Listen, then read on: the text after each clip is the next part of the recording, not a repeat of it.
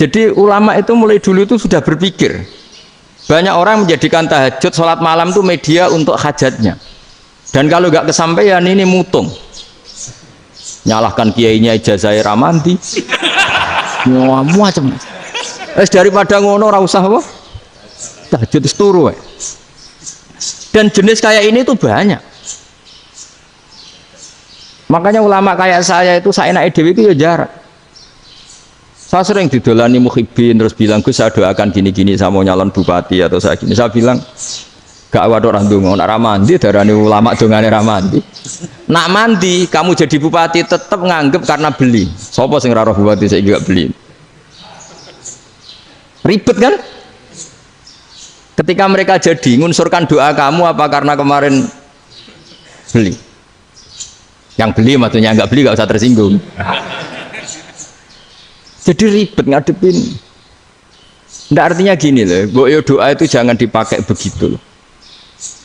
Kalau minta nasihat tak nasihati jadi bupati yang baik, gubernur yang kalau minta doa itu resikonya. Akhirnya gigi kalau diminta doa ya doa sebenarnya diisinya itu nggak doa kemenangan. Itu nggak selamat gitu. Karena ribet. Makanya Islam itu doa itu setelah iman. Aturan iman benar baru doa. Aturan iman benar termasuk Allah itu yaf'alu ma yasha, boleh melakukan yang dikehendaki. Allah nggak boleh terdikte oleh doa kita, nggak boleh. Ya saya ulang lagi ya, madzhab Hasan Asyadzili ini khas kita. Jadi la ilaha illallah itu didahulukan sebelum istighfar. Tapi kebalikannya madzhab Imam Sanusi itu dibalik. La ilaha illallah itu kalimat yang sakral. Karena yang sakral dibutuhkan muqaddimah, yaitu yang melafadzkan harus yang sudah bersih, yang sudah steril baru melafadzkan la ilaha illallah. Maka dalam madzhab Sanusiyah istighfar dulu baru la ilaha illallah. Nah, cara madzhab Abul Hasan Asyadzili kebalikan, istighfar itu sah setelah sahnya tauhid. Kamu ikut mana tuh?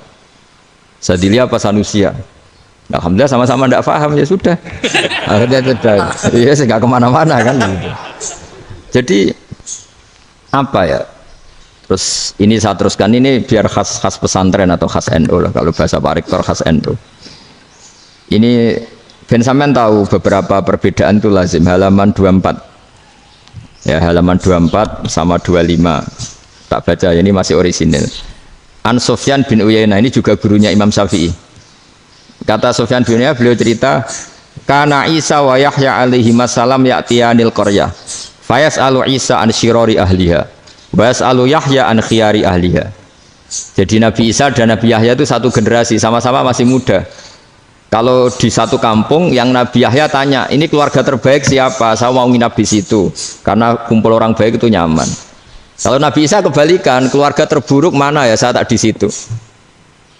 Nah, terus akhirnya faqala lahu Yahya, lima tanzilu ala syirarin nas. Kenapa kalau kamu bermalam kok malah kumpul orang-orang yang nakal? Innama ana tabibun udawil mardo. Saya ini nabi, para dokter. Di mana-mana dokter yang ngumpuli yang sakit, ngobati yang sakit. Makanya di NU itu ya banyak Ki Jazab mengumpuli yang nakal-nakal. Nak tepak yang ngentas yang nakal, nak tepak ya katut. Ini adu nyali lah sudah gitu. Tapi itu ada ilmunya, yaitu niru Nabi siapa? Isa. Kalau kamu dokter penelitian itu cari daerah yang banyak pandemi apa yang bersih? Yang banyak pandemi, karena yang namanya penelitian ya di situ kan. Kalau kamu dakwah ngentas kemiskinan, ke daerah miskin apa daerah kaya? Nah sama, kalau ngentas kefasikan ke daerah fasik apa daerah orang soleh? Fasik. Ya, tapi itu Nabi Isa. Nah, kalau kamu tidak Nabi kan potensinya kan ngadut itu. Tapi setidaknya bahwa kita sering disalahkan karena punya beberapa tokoh yang ngancani fasik-fasik, itu sebenarnya ada dalilnya, yaitu Nabi siapa? Isa. Nah terus masalah tegas dan lunak. Ketika ada mahasiswa misalnya pacaran, boncengan lanang dan perempuan, itu pilihan kita apa? Kalau tegas, terus gak mau mendengar kita. Misalnya gini contoh gampang, tak beri contoh Pak D, jangan orang tua, nanti secara fikih itu beda. Nah ini kan kita orang pesantren, nah, biasa ngaji fikih detail. Kamu Pak D seorang perempuan, mahasiswi misalnya, sering pacaran. Setiap ke situ sama pacarnya kamu diam saja. Padahal kamu dosen keislaman. Mesti pawanaan kamu nyimpulkan, ternyata pacaran itu tidak apa-apa. Buktinya Pak D itu tidak negur, menengahi. Ini berarti as-sukut alal mungkar. Tapi kebalikannya, Pak Dene terkenal keras. Nak rono mesti ra diaku ponaan. Akhirnya yo ora rono. Mesti ngerti nak mesti diamuk. Nah, dua orang ini sama-sama gagal kan? Yang lunak menjadikan ponakannya pacaran terus karena enggak negur sehingga dikira membolehkan. Sing keras juga enggak sempat bina wong rono era wani. Akhirnya dua orang ini sama-sama enggak ketemu, sama-sama enggak berkesempatan membina kan? Gagal membina kan? Karena yang keras ponakannya enggak pernah situ, berarti enggak bisa bina kan? Yang lunak membiarkan berarti juga ada bina. Nah, Islam itu antara dua itu. Ya agak terlalu lunak, enggak terlalu keras. Karena kalau terlalu keras, misalnya ada kiai terlalu keras, lu masyarakat mau tanya itu gimana? Lari kan? Loh, saya ini punya pengalaman pribadi. Saya ini kan kecelok orang alim. Itu kalau pernah ya saya itu berusaha ya pokoknya ya umumnya orang alim lah. Tenang, terus anteng, enggak gejlok-gejlokan. Itu enggak ada yang tanya. Saya mimpi ketemu beberapa ulama itu disalahkan. Terus umat saya kalau mau tanya itu ke siapa?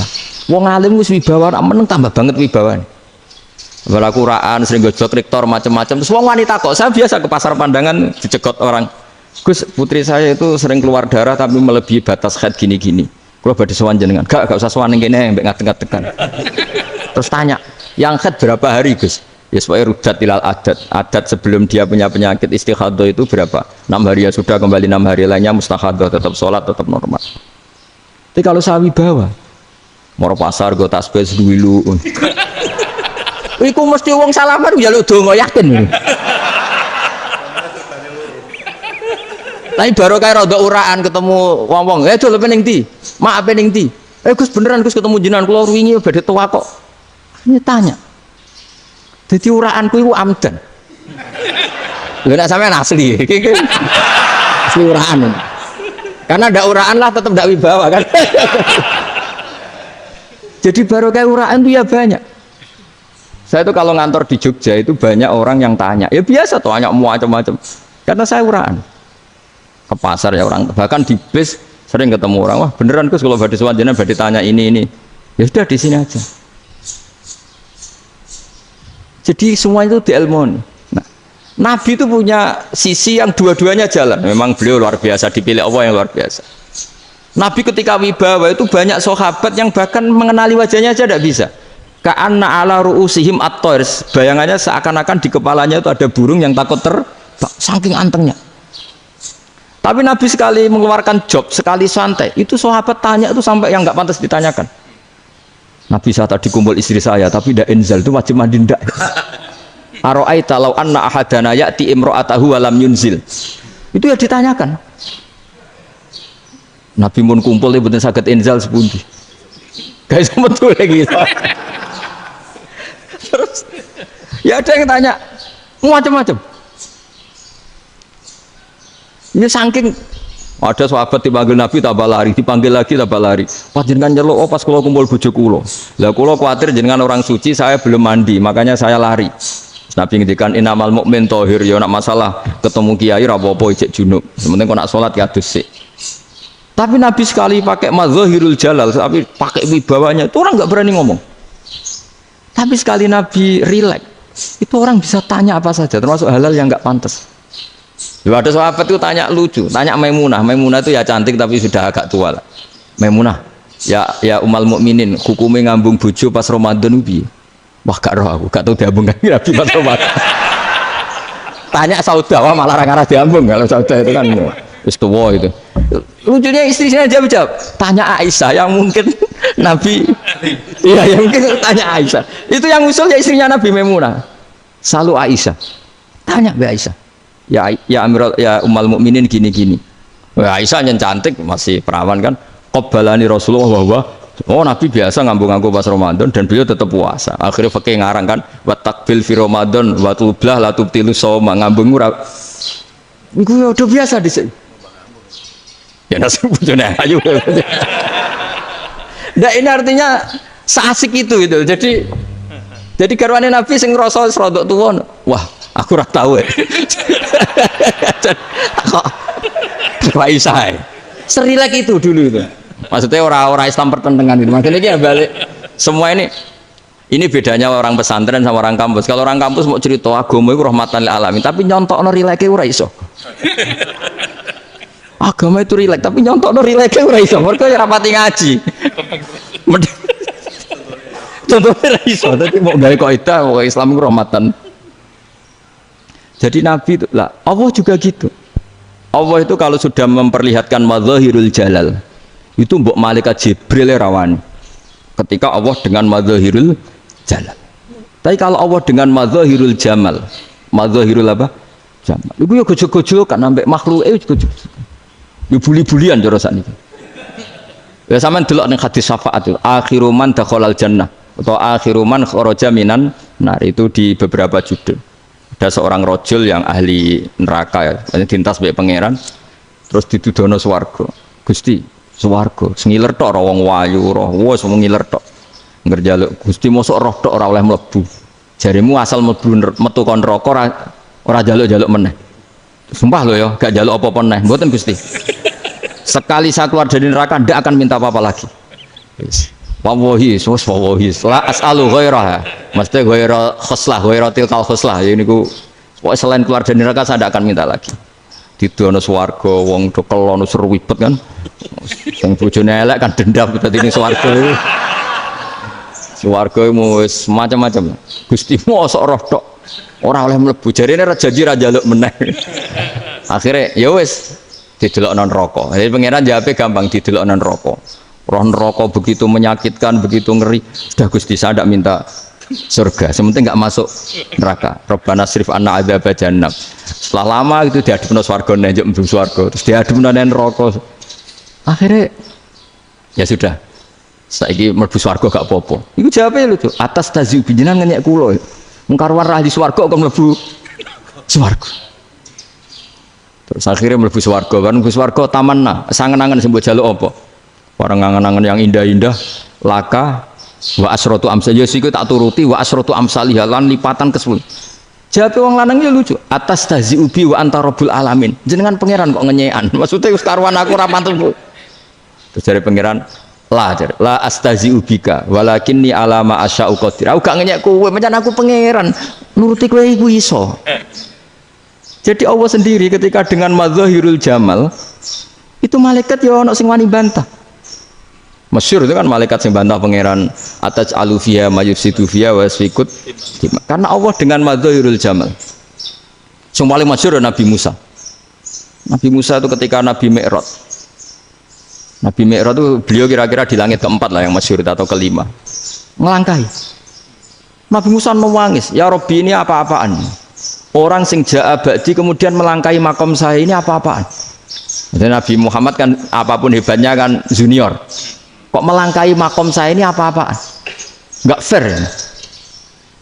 Sampai Nabi Muhammad itu tanya gini sama Jibril. Reaksi Allah gimana ketika melihat Musa seperti itu?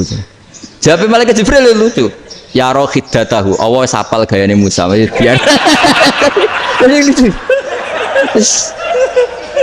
Ya dibiarin aja sama Allah. Tapi yang jenenge Nabi Musa itu kekasihnya Allah, tetap berkah bagi kita. Betul. Ketika setelah Mi'raj diwajibkan sholat 50, gentena Nabi Musa kelihatan nabinya. Sebenarnya Nabi Musa itu sebetulnya loh, gak nguntungkan kita sebetulnya. Tapi yang nguntungkan, sebenarnya tidak niat nguntungkan kita, tapi nguntungkan. Nabi Ibrahim kan di langit ke-6, keren lah. Konti jong ketemu Allah ngeten-ngeten kan sholat seket. Karena Nabi Ibrahim terkenal Nabi baik, tidak bantah. Bareng Nabi Musa, kenapa diceluk pangeran? Kula akan sholat ping 50. Inna ummataka la tutiku dalik. Wah, gak kuat umat. Serai-rai ke umatmu ora ngarah kuat 50 rokaat. Tapi sebenarnya Nabi Musa itu niatnya bukan membela kita. Fa inna ummati la umatku sing gagah-gagah ra iso meneng umat. Berarti sebetulnya ya, itu masih pakai gengsinya gitu. Wes ngono-ngono lah sementing kita untung. Sebetulnya dia itu gak terima wong umat saya aja yang lebih kuat. Gak kuat apalagi umatmu. Lah terus sebutin irji ila rabbika fas'alhu takhfif. Itu berarti Allah dengan madzahirul jamal. Sudahlah, datang ke Allah minta keringanan. Allah itu baik. Minta, ambek Allah ya diringana mau 5 tok. Jadi cek 45. Balik ke Nabi Musa, piro 45, cek ra kuat umat. Wong umatku ora kuat. Dadi sebenarnya bilang umatku ora kuat. Lho cara Nabi Muhammad model wong Malang. Yo beda umatku mbek umatmu. Ribet kan? Beda. Lho Nabi Muhammad kan enggak seperti itu kan? Enggak punya akhlak Malang kan? Akhlak. Maksudnya akhlaknya mujur itu loh, akhlak yang baik gitu. Ya, akhlak yang mujur bukan yang Malang gitu. Jadi Nabi ya manut. Tinggal 40 kan, dikurangi lagi 35 sampai 9 kali kan. Masyhur itu. Ya kan kalau dikurangi 55 kan berarti turun naik kan 9 kali. Itu setelah 5 itu Nabi Musa cek usul, masih ragu. Iku cara Nabi munggah nentek. Ini entek. Terus iya ada tuntas betul. Sebebas. Terus munggah ado-ado laopo. Ngapain itu? Akhirnya Nabi Muhammad sudah sampun ya kalimah Allah. Saya ini malu sama Allah.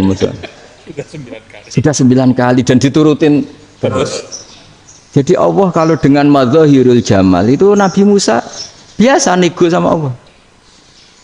Tapi ketika Allah dengan madzahirul jalal itu Nabi Musa enggak berani. Yaitu di hadisus syafa'ah. Hadisus syafa'ah ketika manusia datang ke Nabi Adam, ya tuna Adam.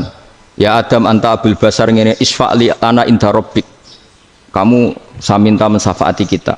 Nabi Musa, Nabi Adam inna rabbi qad ghadibal yawma ghadaban lam yaghdab qablahu mislah wa la yaghdab ba'dahu mislah. Ini Allah sedang murka besar dan tidak akan murka seperti ini lagi. Sudah saya tidak berani, nafsi. Nabi Ibrahim enggak, termasuk Nabi Musa ketika di itu ya enggak berani. Karena Allah dengan madzahirul jalal. Itu Nabi Musa enggak berani. Sudah saya sendiri itu pernah salah. Yaitu saya membunuh seseorang yang enggak disuruh oleh Allah membunuh itu. Yang pas jotosi orang Kipti. Akhirnya datang ke Nabi Muhammad. Pas ke Nabi Muhammad Allah dengan madzahirul jamal. Apa dengan madzahirul jamal sampai Kanjeng Nabi ngendikan analah saya akan memintakan syafaat kalian. Terus fa ahmadu rabbi bima hamida allamaniha rabbi. Saya muji Allah dengan pujian-pujian yang orang lain tidak tahu, hanya saya yang diajari, kata Rasulullah. Ya di sini menurut banyak ulama termasuk kitab yang saya baca, kenapa Muhammad sebagian namanya Ahmadu?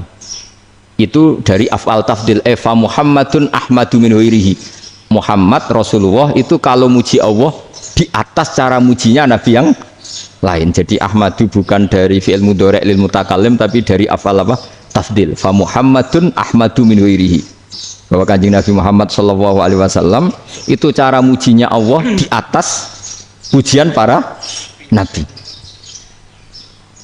Makanya di sini Sayyid Ali Zainal Abidin kalau muji hamdal hamidin wa fauqa hamdil hamidin. Jadi pujian saya ini di atas rata-rata cara mereka apa?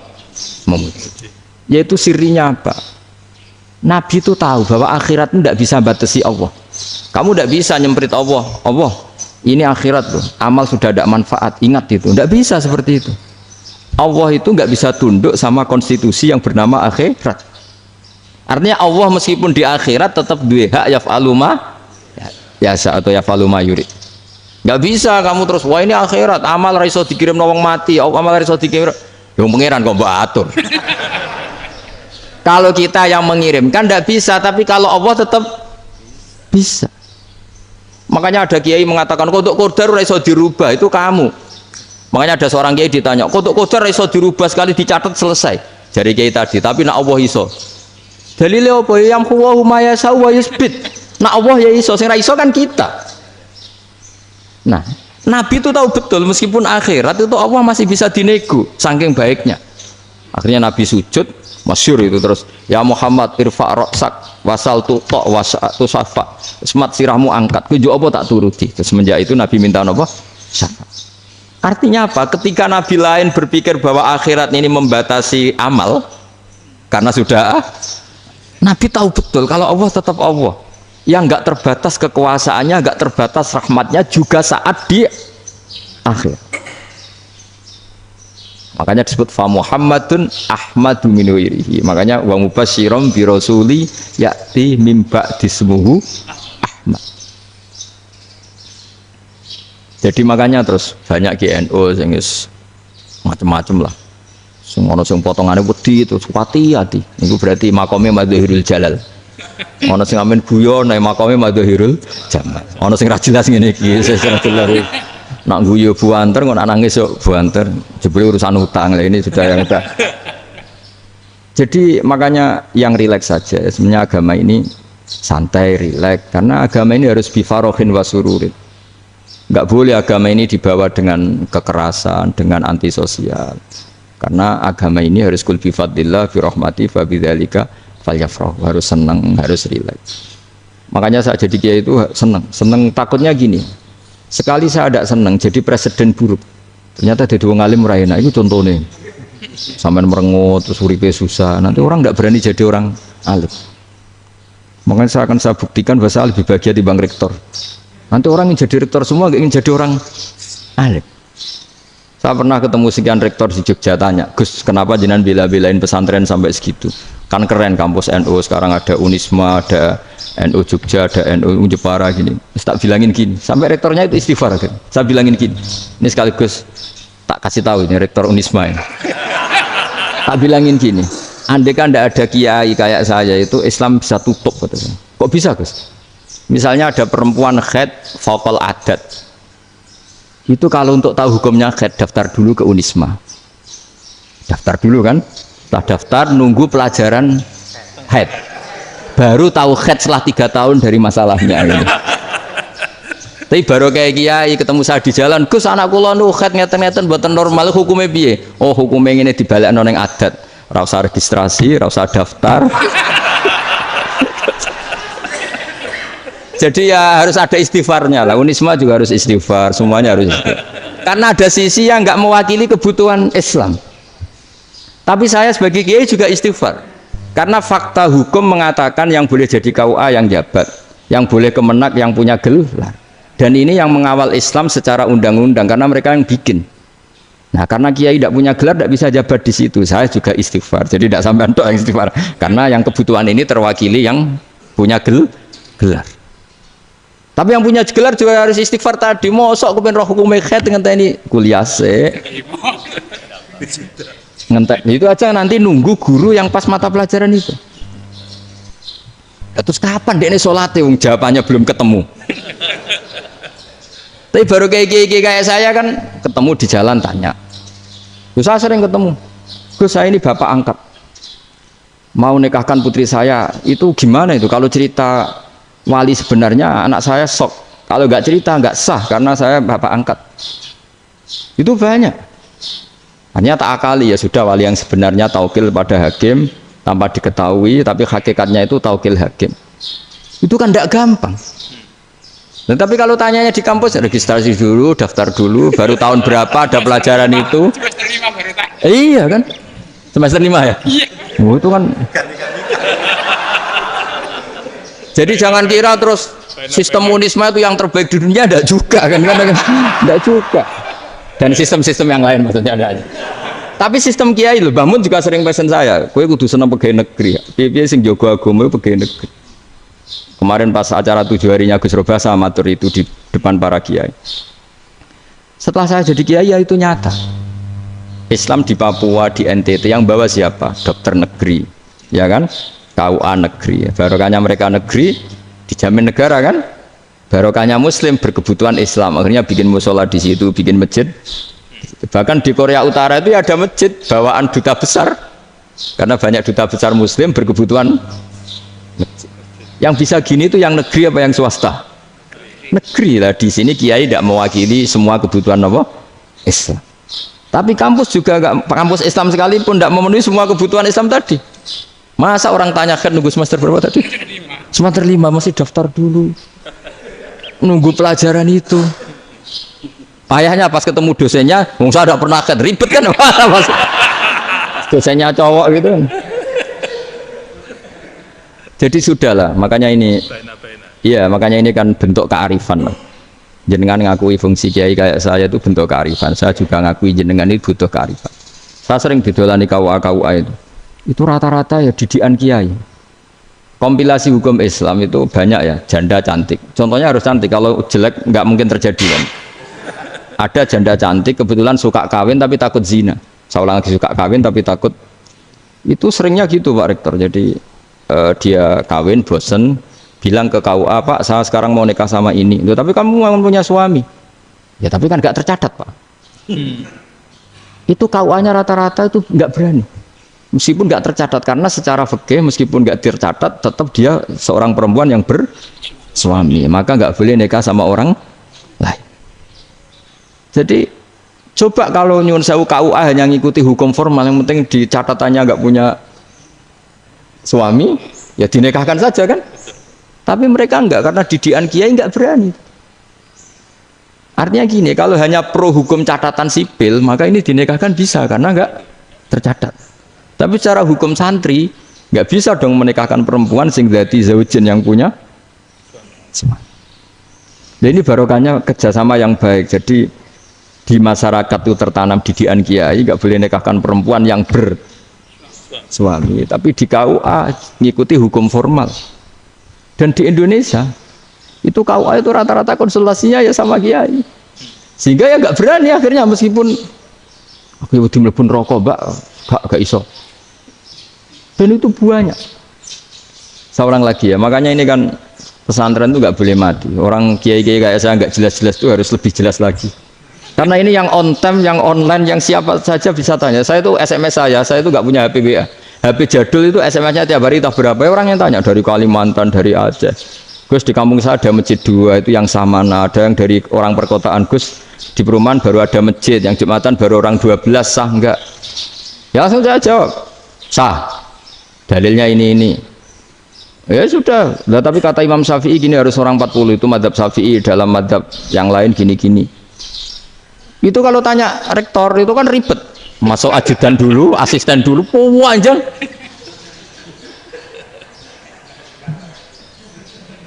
Wah itu kan ribet kan?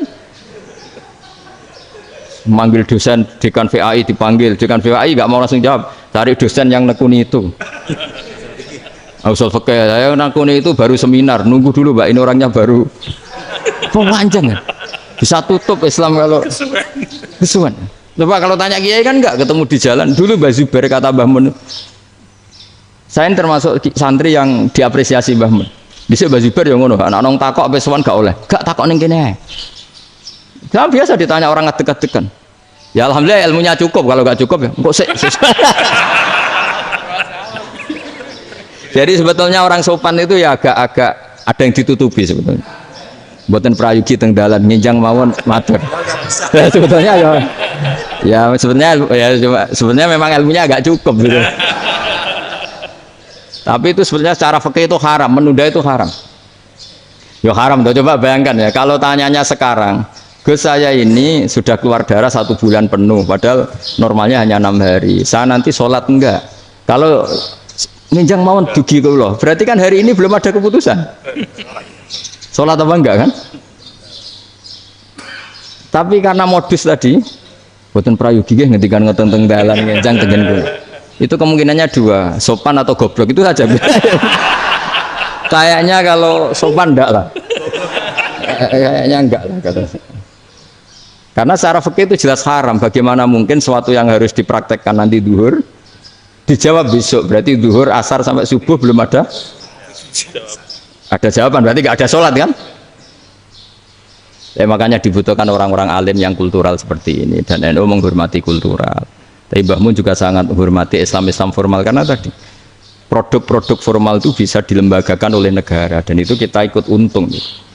Makanya Mbah Mun itu kalau punya tamu KUA, punya tamu polisi sampai pejabat itu. Kenapa saya contohkan KUA? Supaya jangan kira seperti pendapat orang-orang hasud, wah mesti aja disolani presiden seneng, menteri seneng. Enggak juga. Sebenarnya semua kiai itu mulai KUA sampai polisi, polsek, polres itu seneng semua. Karena sama-sama diajak mengawal bangsa ini, diajak mengayomi semua masyarakat. Tapi kadang-kadang masyarakat ngeritiknya, jenenge kiai disolani menteri ya seneng, presiden. Padahal yang sowan kiai itu ya mulai KUA, Kapolsek, kepala desa, RT, Mudin. Itu Mudin kalau tanya ya lucu-lucu. Gus kalau nate nyembelih pitik kemanian, pitik gue gede. Akhirnya Gus ngerti nak kemanian langsung tak sebelah meneh. Terusane ku sak ta ora. Ribet. Ya tak jawab, lah pitih masih gue urip to ora. Terus urip Gus, wis sah cara madzhab Malik kerja urip. Karena itu ada perdebatan antara madzhab Malik dan madzhab Syafi'i. Nah, cara Imam Syafi'i itu agak ketat.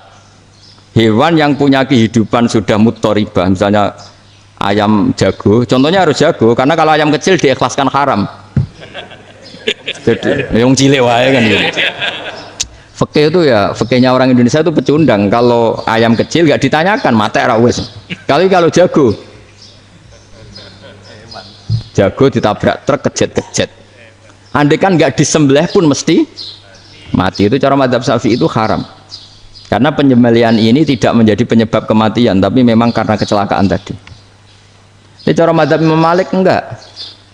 Andai kan nggak disembelih, matinya kan 2 menit lagi atau 1 menit lagi. Andai kan nggak disembelih, berarti mati sekarang itu bawaan pisau apa bawaan kecelakaan?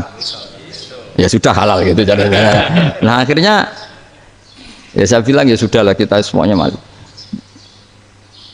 Jadi cara debat, cara Imam Syafi'i enggak, cara berpikir itu sudah tidak kehidupan yang normal, yang dimana-mana penyembelihan itu mematikan yang hidup normal. Jadi agak ketat. Sehingga dalam contoh kemanian, kalau dalam bahasa Jawa nyembelih agak sempurna terus pesonya jatuh atau apa itu, kalau pakai madzhab Syafi'i agak kesulitan. Jadi kalau madzhab Malik asal diselesaikan secara fauron dan juga sebagian madzhab Syafi'i itu halal. Nah orang mesti tanya gitu, Gus, wedhusku tabrak truk, man Gus kejet-kejet. Nak pitik cilik ra ditakok. Makanya termasuk kritiknya Mbah Mun, tapi ini madzhabnya Mbah Mun ya, kamu boleh ikut boleh ndak, karena ini urusan ndak penting. Jadi wong-wong lucu, nak ditakoki yuyu muni haram mergo amfibi. Yuyu ngerti ya, Man? Yuyu nggih. Tapi nak ditakoki kepiting muni halal. Mergo nak yuyu haram gak eman, nak kepiting eman. Padahal alasannya coba, kenapa yuyu haram? Karena amfibi kan, bisa di air. Pertanyaannya, kepiting seperti itu ndak? Nah, tapi kepiting kalau haram kan eman. Karena besar kan, kalau yuyu silahkan haram kan gitu. Artinya apa? Fikih kita ini agak-agak pecundang gitu, agak-agak pertimbangan. Iya, ini lucu kan? Kualitatif. Coba alasannya yuyu haram karena apa? Amfibi kan? Hidup 2 alam. Pertanyaannya kepiting seperti itu enggak? Iya, kenapa? Kalau orang tanya, yuyu haram apa halal? Rata-rata jawab haram. Tapi kalau kepiting mulai khilaf. Loh mestinya kan sama kan? Lah itu karena unsur imannya. Iya tadi. Saya juga sering melihat tonggo-tonggo itu. Ayam cuwilik sakmene ketabrak truk, enggak ada yang tanya. Tapi saya pernah jalan-jalan di Narukan sini, ono jago ketabrak, sing duwe langsung marani kula pas saya naik motor. Gus ini halal apa haram? Nak langsung kula sebelah halal apa haram? Wis kanggo kowe halal ya kowe halal. Karena saya tahu tak jawab haram mesti kecewa itu. Aduh, kiai ini beratnya kan. Ya akhirnya ya saya setelah itu mateka Imam Syafi'i ngapunten umat kula nu rahasia madzhab jenengan tuh ndak siap. Iya kan akhirnya pakai madzhabnya Imam Malik tadi. Ya tak Fatihah Imam Syafi'i ini mboten niat nglawan jenengan. Tapi ngobati tiang eman. Mergo pitike besar itu. Jadi ini kan ceritanya itu, makanya yang rileks saja lah, bahwa Islam ini yang rileks, yang menyenangkan, karena ya agama ini harus menyenangkan. Raditu billahi robba, raditu itu seneng banget, ridho itu puas, nggak boleh beragama pertuntungan terus emosinan, ya marem atau raditu itu marem, jadi yang nyaman. Ya saya kira demikian. Assalamualaikum warahmatullahi wabarakatuh.